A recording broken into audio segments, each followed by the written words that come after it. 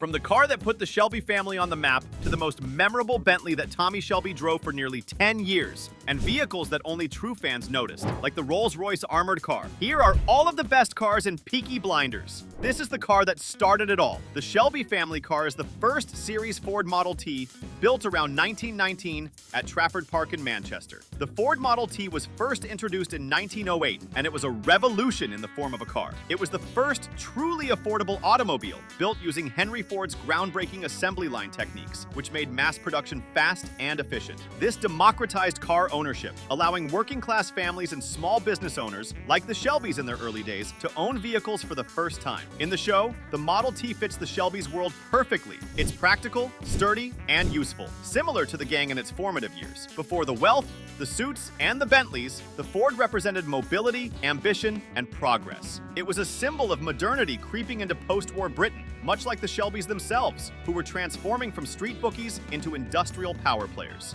So, by choosing the Ford Model T as their first vehicle, Peaky Blinders grounded the Shelbys in realism. It actually showed that even the most powerful dynasties start with humble machinery built for the everyday man. Ford designed every part to be easy to replace and cheap to make, which made the car durable and affordable at around $300 to $400 back then. Under the hood, the Model T could smash that like button, just like you should if you haven't done so already. But no, in all seriousness, under the hood, the Model T had a 2.9-liter four-cylinder engine that pumped out around 20 horsepower. Doesn't sound like much today, but back then, that was enough to hit about 40 to 45 miles per hour, which felt like flying for anyone used to dirt roads and carriages. And it ran on just about anything, from gasoline to kerosene and even ethanol. But it wasn't all fun, because starting the Model T was a workout. First, you had to crank it by hand before electric starters became common. The transmission was a two-speed planetary gearbox, controlled with pedals instead of a gear stick, which took some getting used to. But once you got the hang of it, it was surprisingly reliable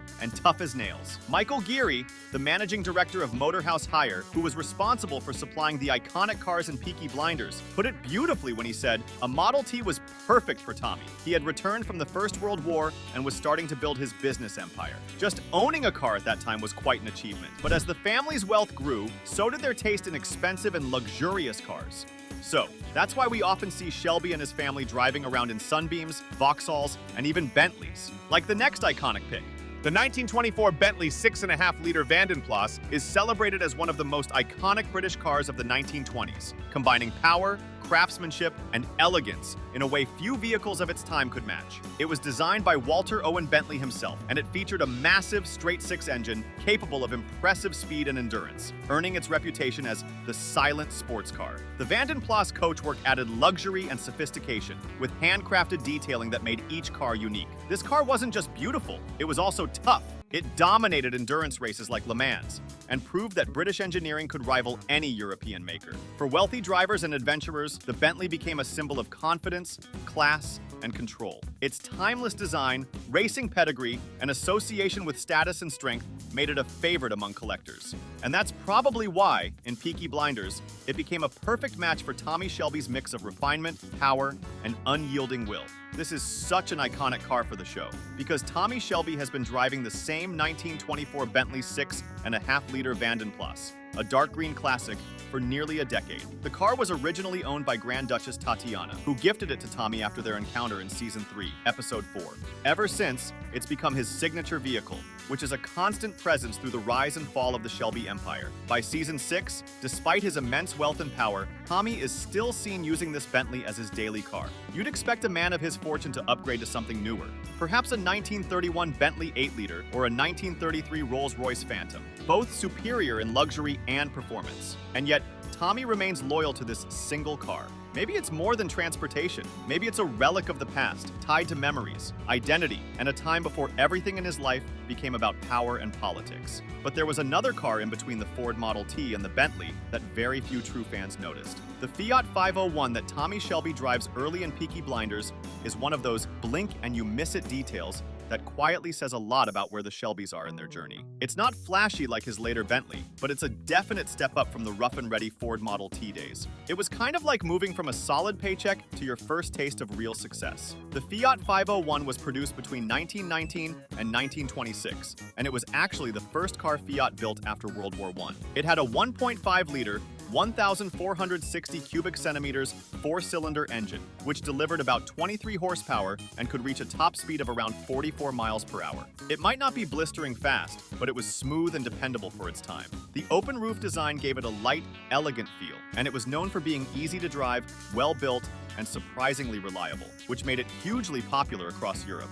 In the show, Tommy's Fiat represents that in-between phase, after the Shelbys have moved past the grime of small heath. However, they're not quite the aristocrats they'll later become. It's modest, stylish, and practical. Basically, this was a businessman's car, not a gangster's trophy. The Napier Type 23 is one of those cars that perfectly captures the spirit of early 20th century British luxury. Back then, D. Napier & Son was one of Britain's premier car makers, famous for engineering excellence and racing pedigree. In fact, Napier was one of the first companies to win major international races in the early 1900s, which gave their road cars a real edge in prestige. So, in Peaky Blinders, the Napier Type 23 fits right in among Birmingham's rising elite. It wasn't a gangster's car, it was a gentleman's car, meant for those trying to project refinement and status. You could imagine someone like Tommy using it not to show off wealth, but to blend into high society. It's the kind of vehicle that doesn't shout power. The Type 23, built around the 1910s, came with a 5.0-liter L-head, side-valve inline-six engine. It was smooth, torquey, and ahead of its time. With roughly 60 horsepower, it might seem modest today, but it was impressive in an era when most cars struggled to reach 30. That power gave it a top speed of around 70 miles per hour, which was basically unthinkable. It used a 4-speed manual gearbox and had that distinctive long bonnet, open tourer body style that screamed old money sophistication. But before we continue, don't forget to subscribe to our channel if you like the video so far. Even though the armored Rolls-Royce was used in a short scene, and it was a minor vehicle, it had such a big aura that we felt like we had to talk about it.